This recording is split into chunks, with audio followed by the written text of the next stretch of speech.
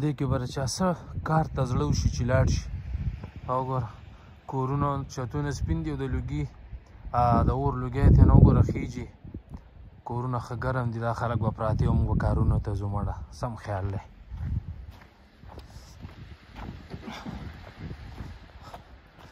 څه به کې دغې خو ځان ته ګاډی ماډی پاک کړی دی خو لکه چې بیا اراده خرابه شوې ده چې نظم څنګه. او ودرېږه اوس دا بل یار دی موږ له غوږونه وي بریکونه مریکونه پکې کار نه کوي. اوس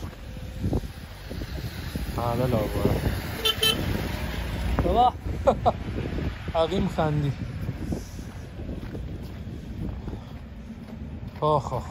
په دې حالاتو کې م وګوره د مسافرۍ ژوند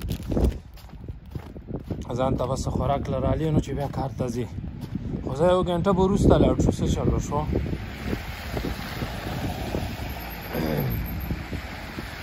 او وګوره ټول ګاډو صرف شیشې پاکې دي بس نور خو حالات خروب دي. راشه بي ام ډبلیو والا یار دې څه کوي ښه دم ځان له شیشه پاکه کړې ده او نور خو امن دی.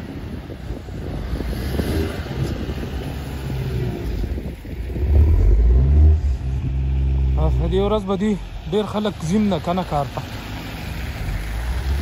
نو کوم ګاډی چې راکښته کېږي دا پاس داسې غریزه غونته علاقه ده او د لیټونه لګولي دي ورکې ښکاري هم نه ورکې. وګوره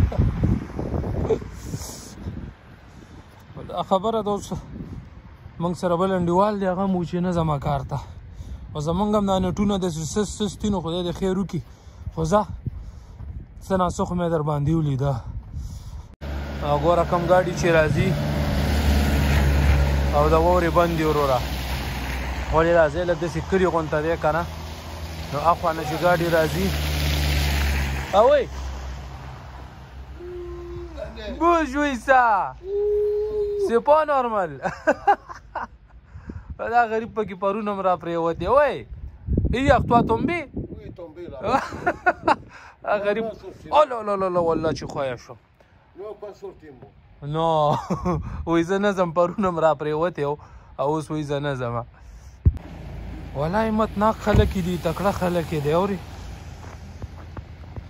سخت داسې کارونه کوي تاسو یقین وکړئ 4 بجې پاسي د شپې پوه 4 بجې پاسي دا خلک کارونو ته ځي او موږ هلته دا سوچ کوو چې ولا انګریزانو مزې وکړي. دومره سخت ژوند دی چې وختي به وده کېږي.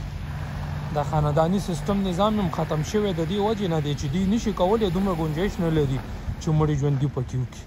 کار دې وکړو ښه د نیږې لاړې اوس دې د خاطره کار چې نه کې د ورځې به مړې حکومت چې درکوي داسې خو نه درکوي. خو که ته کار وکړې لږ ټیکس دې جمع شي نو که یو څو میاشتې بېروزګار هم شي دلې درکړي.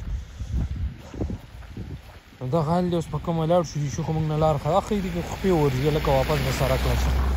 نو دا خبرې دي یاره الله خدای خیر دا کیسې دي دا خبرې دي څه واقع